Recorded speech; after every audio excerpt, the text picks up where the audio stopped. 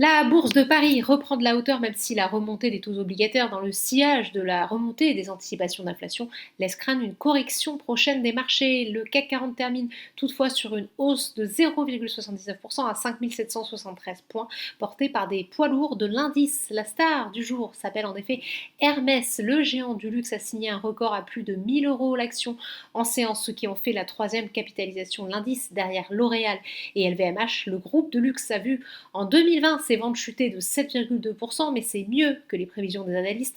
L'enseigne de luxe est aussi parvenue à maintenir sa marge opérationnelle à 31% contre 34%. Le titre progresse sur cette séance de plus de 3%. L'appétit pour les valeurs cycliques profite en particulier à ArcelorMittal qui gagne presque 4%, ex aequo avec Safran. La remontée des taux d'intérêt souverains profite quant à elle aux bancaires et notamment à Société Générale plus 3,78%. A l'inverse, lourde chute pour Renault.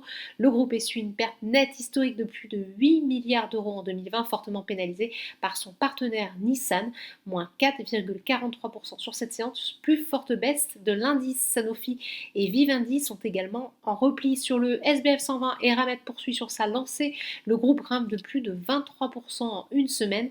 Forestia gagne de son côté 4,55%. L'équipementier automobile a annoncé qu'il va fournir à Renault des réservoirs destinés à équiper des véhicules fonctionnant à l'hydrogène. À la hausse également, Plasticonium boosté par un relèvement d'objectifs de cours à 30 euros contre 27 par Deutsche Bank. A l'inverse, GTT dégringole, grosse déception du marché. Le groupe a fait état jeudi d'un chiffre d'affaires consolidé en hausse de 37,5% à 396,4 millions d'euros en 2020. Biomérieux est de son côté pénalisé par la dégradation de Berenberg qui passe à vendre sur le titre et abaisse son objectif de cours à 110 euros contre 120 précédemment. Outre-Atlantique, après une séance hier dans le rouge, la bourse de New York rebondit. Au moment de la clôture parisienne, les trois indices de la bourse de New York évoluent dans le vert. Voilà, c'est tout pour ce soir. N'oubliez pas, toute l'actualité économique et financière est sur Boursorama.